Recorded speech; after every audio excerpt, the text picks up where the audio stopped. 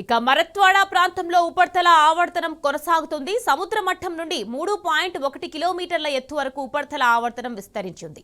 ఇక పశ్చిమ మధ్య బంగాళాఖాతం, దానికి ఆనుకొని ఉన్న నైరుతి బంగాళాఖాతం వరకు ద్రోణి కొనసాగుతుంది. ఇక మధ్యప్రదేశ్ మధ్య ప్రాంతం నుండి తూర్పు తెలంగాణ, దక్షిణ కోస్తా ఆంధ్రప్రదేశ్ మీదుగా ఈ ద్రోణి విస్తరించింది. ఇక దక్షిణ మహారాష్ట్ర నుండి మరత్వాడ ప్రాంతంలో ఉపరితల ఆవర్తనం ఏర్పడింది. ఇక తెలంగాణ, రాయలసీమ మీదుగా పశ్చిమ మధ్య, దాని సమీపంలోని నైరుతి బంగాళాఖాతం వరకు ఉత్తర దక్షిణ ద్రోణి సగటు సముద్ర మట్టం నుండి 3.1 కిలోమీటర్ల ఎత్తులో ఏర్పడింది. దీని ప్రభావంతో ఈ రోజు తెలంగాణలోని అన్ని జిల్లాల్లో అక్కడక్కడ ఓ మోస్తారు వర్షం కురిసే అవకాశం ఉంది. అటు ఇవాళ రేపు తెలంగాణలోని అన్ని జిల్లాల్లో అక్కడక్కడ ఉరుములు మెరుపులతో కూడిన ఓ మోస్తారు వర్షం కురిసే అవకాశం ఉన్నట్లు వాతావరణ శాఖ ప్రకటించింది.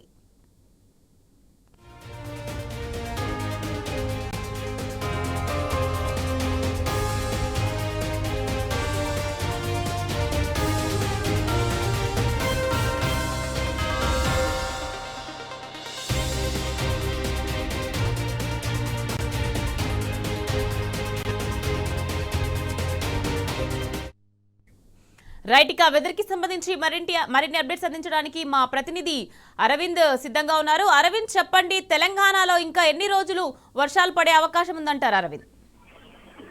ఇక ఏదైతే తెలంగాణ వ్యాప్తంగా ఇప్పటికే భారీ వర్షం కూడా పడుతుందని తెలుసుకోవచ్చు. భారీ నుండి అతి భారీ వర్షం కూడా కొన్ని ప్రాంతాల్లో కురుస్తుందని కూడా చెప్పుకోవచ్చు. ఏదైతే ఉపరితల ఆవర్తన ద్రోణి ఒకటి కొనసాగుతుందో, చక్రవాక ఆవర్తన ద్రోణి కొనసాగుతుంది కాబట్టి తెలంగాణ వైపు, అటు ఈశాన్య తెలంగాణ వైపు కూడా భారీ వర్షాలు కూడా ఉండే అవకాశాలు ఉన్నాయని కూడా ఇప్పటికే వాతావరణ అధికారులు హెచ్చరికలు కూడా జారీ చేశారు.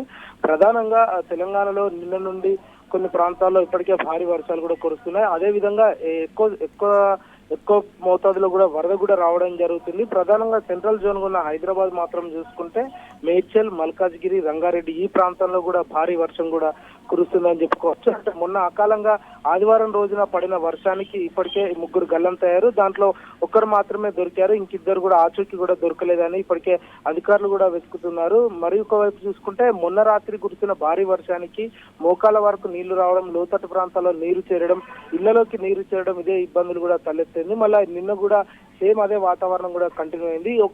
ఒక విధంగా చెప్పాలంటే క్రిమినల్ నింబస్ మేఘాలు కూడా ఏర్పడినాయి కాబట్టి విస్తారంగా వర్షాలు కూడా పడతాయి. ఇది ఎలా ఉంటుందంటే ఉదయం సమయంలో కొంచెం ఎండ వాతావరణం, ఉక్కపోత వాతావరణం ఉంటుంది. అదే మధ్యాహ్నం సమయం వచ్చేసరికి విపరీతమైన వేడి వాతావరణం ఉంటుంది. సాయంత్రం సమయంలో మాత్రం భారీగా వర్షం కురిసే అవకాశాలు ఉంటాయని కూడా ఇప్పటికే వాతావరణ అధికారులు తెలిపారు. క్రిమినల్ నింబస్ మేఘాలు ఈ విధంగా తెలంగాణ రాష్ట్రం పైన, అటు ఈశాన్య తెలంగాణ పైన కూడా ప్రస్తుతానికి ఏర్పడి ఉన్నాయి కాబట్టి తెలంగాణలో రానున్న 3 రోజులు కూడా భారీ వర్షాలు ఉండే అవకాశాలు ఉన్నాయని కూడా వాతావరణ అధికారులు ఇప్పటికే హెచ్చరికలు కూడా జారీ చేశారు. కొన్ని ప్రాంతాలకు మాత్రం ఇప్పటికే ఆరెంజ్ అలర్ట్ ఇచ్చారు, కొన్ని ప్రాంతాలకు రెడ్ అలర్ట్ కూడా ఇచ్చారు, కొన్ని ప్రాంతాలకు గ్రీన్ అలర్ట్ కూడా ఇప్పటికే వాతావరణ అధికారులు హెచ్చరికలు కూడా జారీ చేశారు. అటు ఉత్తర తెలంగాణ ఆదిలాబాద్, కొమరంభీం, ఆసిఫాబాద్ జిల్లా, నిర్మల్ ఈ జిల్లాలకు మాత్రం ఇప్పటికే ఆరెంజ్ అలర్ట్ కూడా జారీ చేశారు. మరి ఈశాన్య తెలంగాణకు వచ్చేసరికి ఖమ్మం, మైబాద్ ఈ విధంగా కూడా హెచ్చరికలు కూడా జారీ చేశారు. ఏదేమైనప్పటికీ కూడా తెలంగాణ రాష్ట్ర వ్యాప్తంగా భారీ వర్షాలు ఉన్నాయని కూడా ఇప్పటికే వాతావరణ అధికారులు హెచ్చరికలు జారీ చేశారు.